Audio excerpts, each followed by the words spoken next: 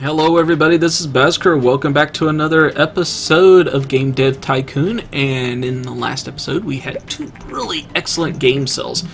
And we just finished up our off the market of Triple Dragon Brothers is now off the market. It sold 233,000 units, making 1.6 million in sales. So it did really good. Not quite as good of Save Your Mate as Save Your Matey. Not bad. So let's see. Now in the last episode we learned that we can actually move to a new building.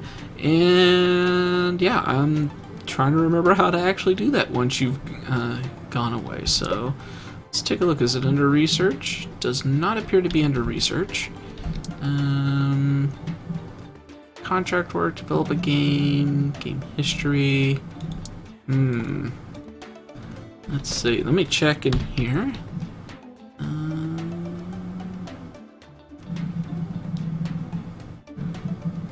Nope. Alright, let's, I don't know. I'm not exactly sure how we go to the next one. Maybe the door. Nope, doesn't appear to be the case. Let's take some quick contract work here. Logo animation. Seems like something we should be able to handle without any issues.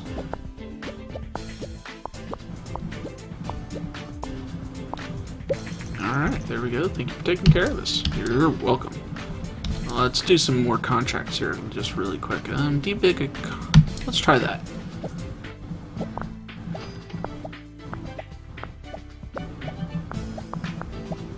Come on, technology. This isn't looking good. Oh, here we go. We can upgrade to... So, apparently it's just going to ask every once in a while, so let's go ahead and do that. Not sure what happens to that contract we were working on. Oh, it looks like it keeps going. That's good. Alright, so welcome to your new office. Now that you have a bigger office, you can also hire staff and forge a world-class development team to make even better games. So now what this means is we can actually hire some people and build our games faster and better. That's basically what that boils down to. But with each people that you hire, the more comes along with that, with including like salary, giving them vacation, that kinds of things. So let's see.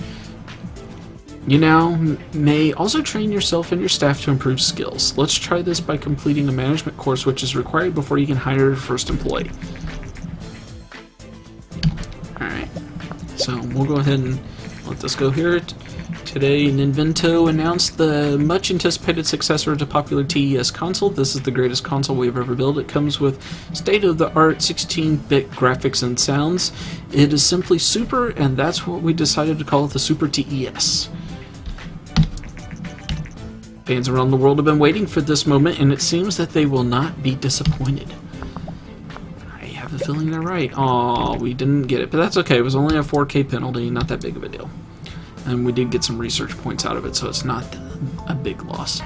Alright, so, let's see here. Staff list, game history. So I think I go into staff list. Is that what I do? No. Let's see, it's been a while, like I said. You're supposed to do... Huh.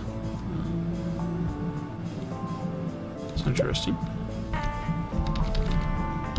Somehow you're supposed to train.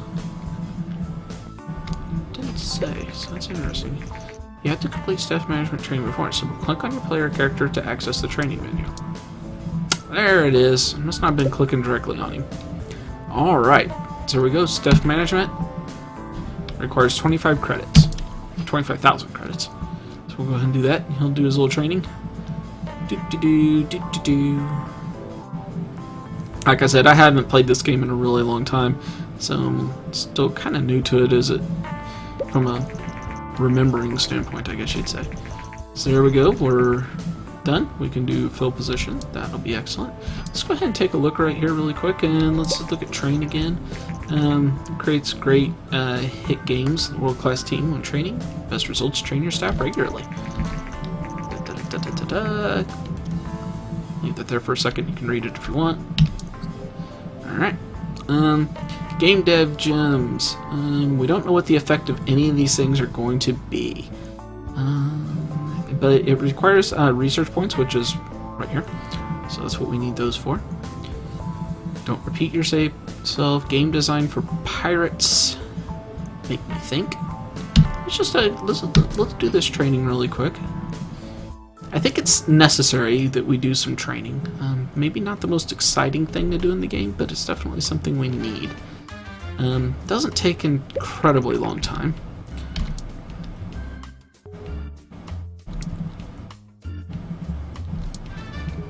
Let's see, I think we might be able to do this now while we're waiting on this. Before you hire someone, you have to advertise to open the position. Or have to advertise the open position. Set the advertising budget and decide how much you want to test your applicants. A high budget will increase the number of applicants, and the different tests will help find with the right balance of design and technology skills. Alrighty, so let's see here. This actually looks different than the last time I did it, so it's possible there's been some game updates that I'm not aware of. It's entirely possible. So we've got a bit of a budget here, so let's see if we can't get somebody really good. Let's go with like 80,000. Now I'm not sure if this is the one-time cost or if this is like the salary of the person, so I won't want to get it too terribly high. Pre-filter applicants, complex algorithms, game demos, show reels. I think game demos seems like the best thing here. Why? I don't know. If I was hiring somebody, I'd probably want to see some demos of what they did. It's one thing for them to be able to talk about complex algorithms, but it's another thing for them to be able to show me their complex algorithms. So let's start looking. We'll do that while we're doing this, so that's good. It seems that Vasquer Games has recently moved into a new office in a well-known technology park and is now searching for employees. The company, which is known for games such as Save Your Matey and Triple Dragon Brothers, has reportedly operated out of a garage until now. That would be correct.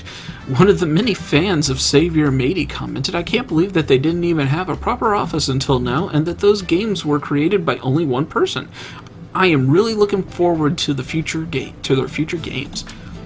That's pretty cool when you take into account that that used to be the thing, and then it went to companies having huge amounts of people doing game development, and now you're kind of getting back into that indie scene where you're going back to the roots of game development, and people are kind of working out of their garage and out of their bedrooms and stuff like that again. It's kind of a cool circle that's happened, and I kind of like it.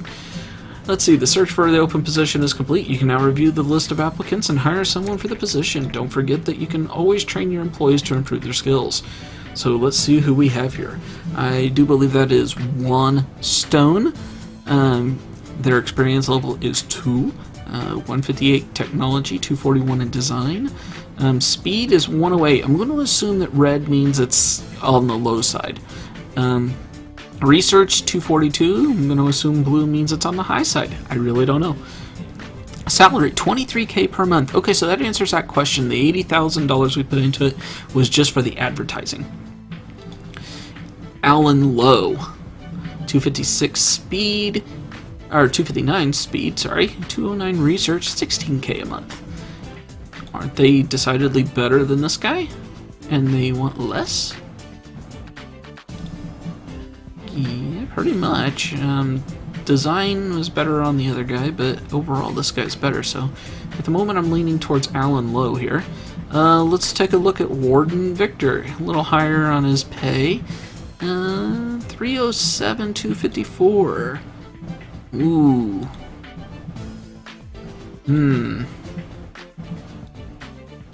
Yeah, I'm not sure. I kind of think...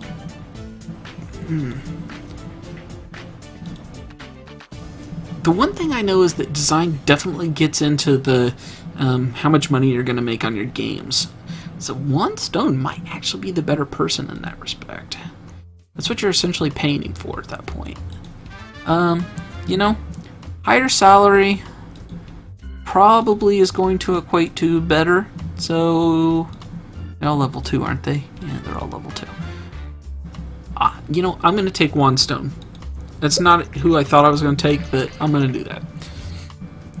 Congratulations on your first hire. New employees have to settle in before they become fully effective. When a character is not fully effective, you can see an efficiency bar next to them. This bar will fill up slowly over time. It is usually a good idea to give your new staff a welcome training to get them up to speed quickly. This will maximize their efficiency way faster than normal. You do this to do this, close this message and blah blah blah. Alright, new research available. Medium games. So that's something we definitely need to do. So let's go ahead and research.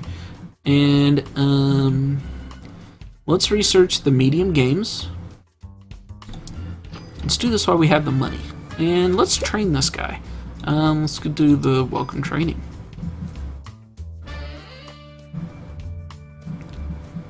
And if I think about it, I'll try to cut out some of these long processes like this.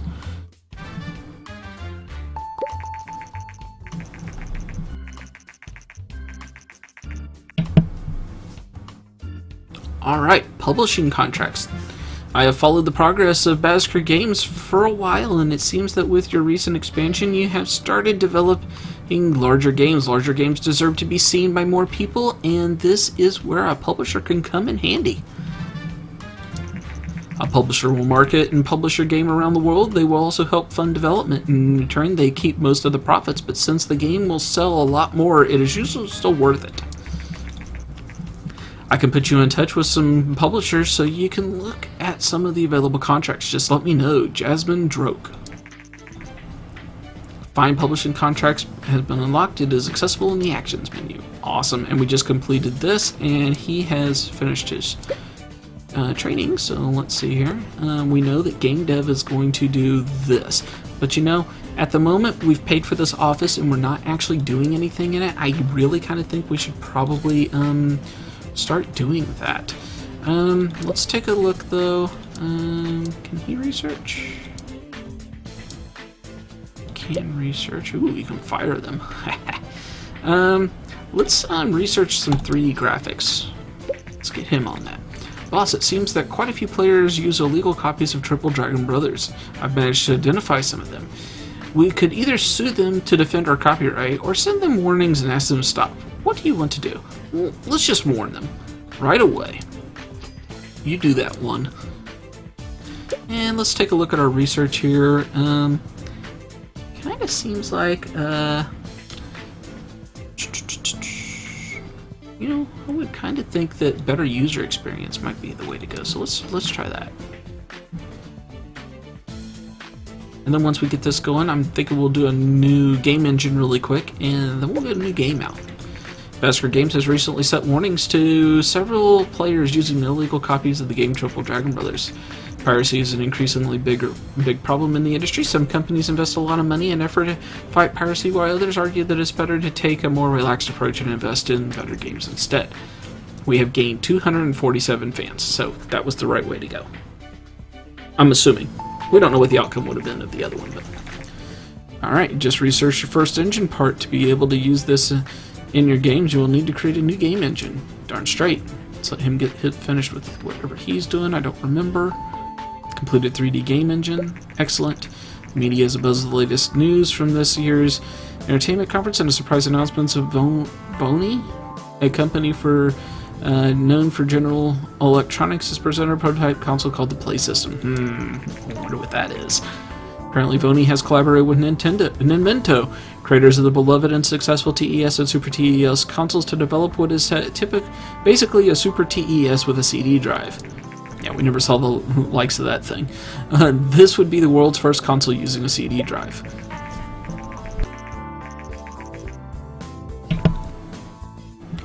Journalists around the world are baffled as only one day after Vony and Nintendo jointly announced the Play System Entertainment Conference, things have turned sour. That's what I was just saying. Nintendo announced today that they will cancel the project and instead seek to develop a new console with a different partner, which is exactly what happened in the real world. Rumor has it that the distribution deal the companies had worked out was unfavorable for Nintendo and handling over much of the control to Vony. This seems to be the end of the Play System. Alright, let's see here. Let's create a new game engine. We're gonna go with 3D graphics. It can also have the 2D graphics, so if we include them both, this works out good for us. Better user experience, and we'll leave everything else in there as well. And we can call this whatever we want. Let's call this the Follow Engine. Why? I have no idea. Maybe because I've been playing a little bit of Diablo 3 and there's followers. That might be why. And now you can see both of our guys are working on this, so that's why it's good to have other people in. Now, theoretically, it'd be worthwhile to go ahead and fill this other position, but I'm gonna kind of let it go, I think. At least for one game.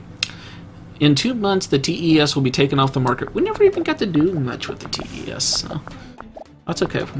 I'm thinking Super TES might be something we do in this next round.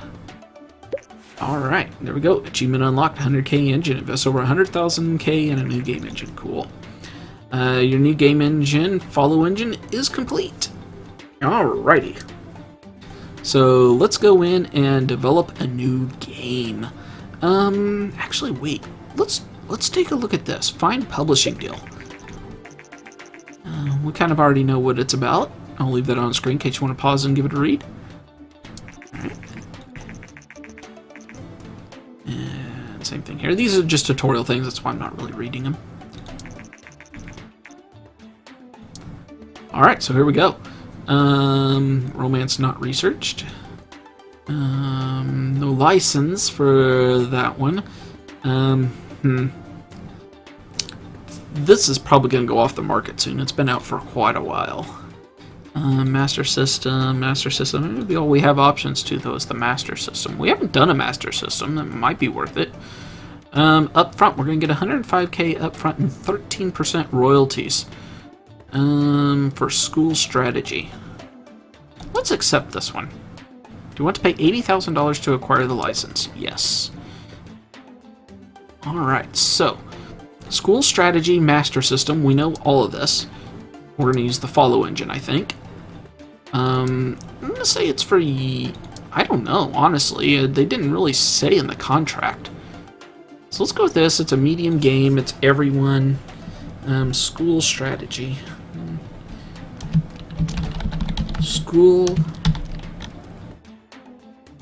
Schoolhouse. I want to go with Schoolhouse Rocks, but you know, I don't know.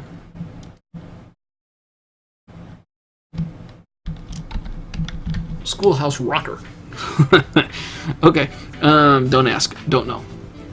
Yeah, we'll go with everyone. That seems like probably the best strategy here. Let's go with 3D graphics. I have no idea if this is going to make a good game.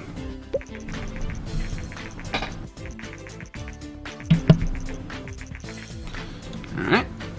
Creating larger games is a significant task. Unlike in small games, one person cannot effectively be responsible for every aspect of the game. Alright. You basically pick a team member that's going to be best at the thing, so you can see over here, you can see how they're going to do. We're going to add better user experience to this game. We've got the money to kill, so that's good. Gameplay, engine, story doesn't seem to matter too much. Staff, design. I'm going to put me. Yeah, see, this is different than the last time I played it too. I don't think you could do drag and drop like this.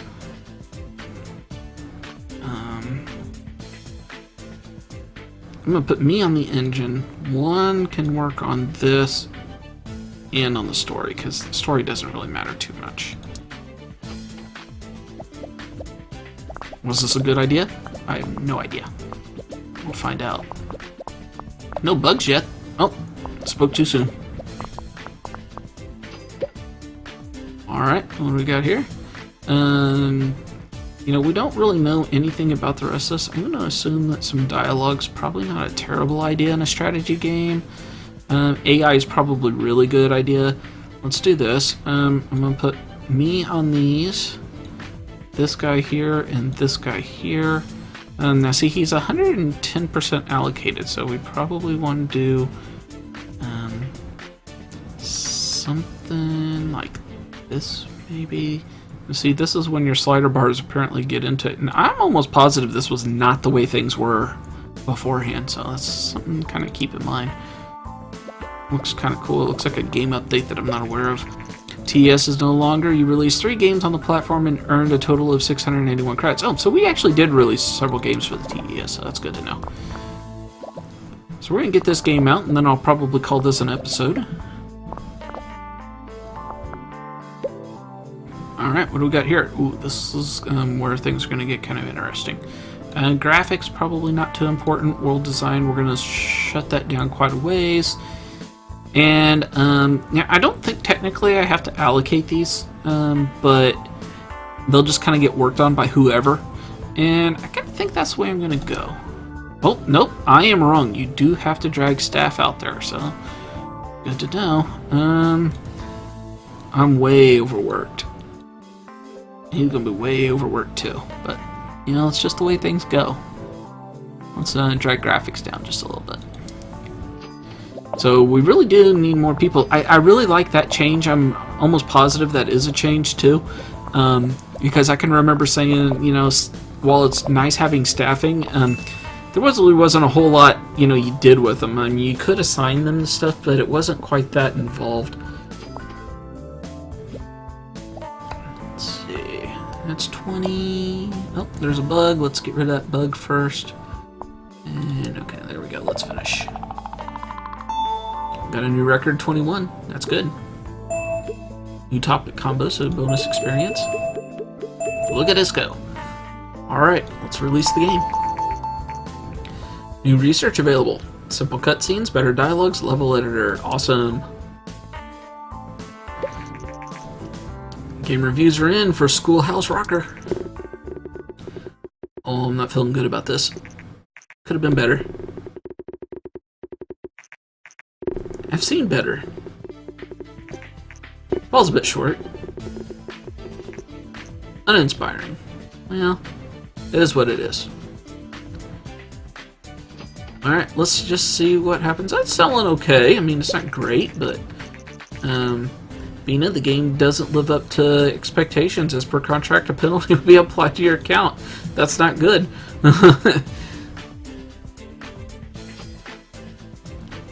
That's okay, it's our first publishing contract, not the end of the world. Alright, we're going to let this game get to the end here off the market, and think I'll probably do some training here kind of while I'm waiting. Code incomplete, and oops, you're going to train, and you can do this.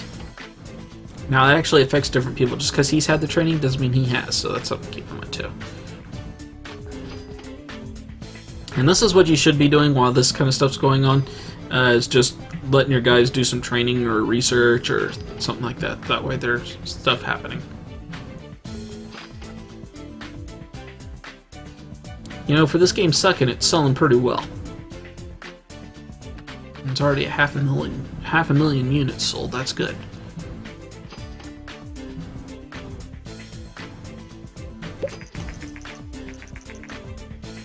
From time to time, your employees will need to recharge their batteries and go on vacation.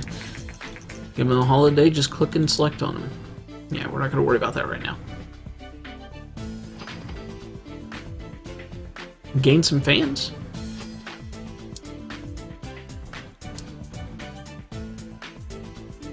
And let's see. We have a strong, mature audience. That's something that I've never noticed before, so we probably ought to be doing some mature games to keep those fans happy. Schoolhouse Rocker is off the market now. It's sold 534,000 units, generating 764,000 in sales. So even with that penalty we took, we still did pretty good. The publisher managed to get the game out to people, so that worked out well for us. So I am going to just really quick here. Oh, maybe I'm not. I think I have to wait till it goes off the market to generate a report. That sounds right. So, anyways, I am going to, oh, that actually doesn't seem right. Yeah, it seems like I should be able to generate a report at this point in time, but I'm not seeing it, so we'll check that out next time. But anyways, I do believe that is, oh, oops. Dear Basker Games, we have followed your progress in recent years and would like to extend this formal invitation to participate in the biggest game convention on the planet, Games, also known as G3. By having your company booth at G3, you can gain a lot of fans and hype for the games, and we think your audience would love to see you there. We will contact you yearly with booth options. Hope to see you there. Sweet. So yeah, we will probably do that, but in the meantime, I do believe that is going to do it for this episode. If you like what you're seeing, click like, comment, and subscribe, and I'll catch you back next time.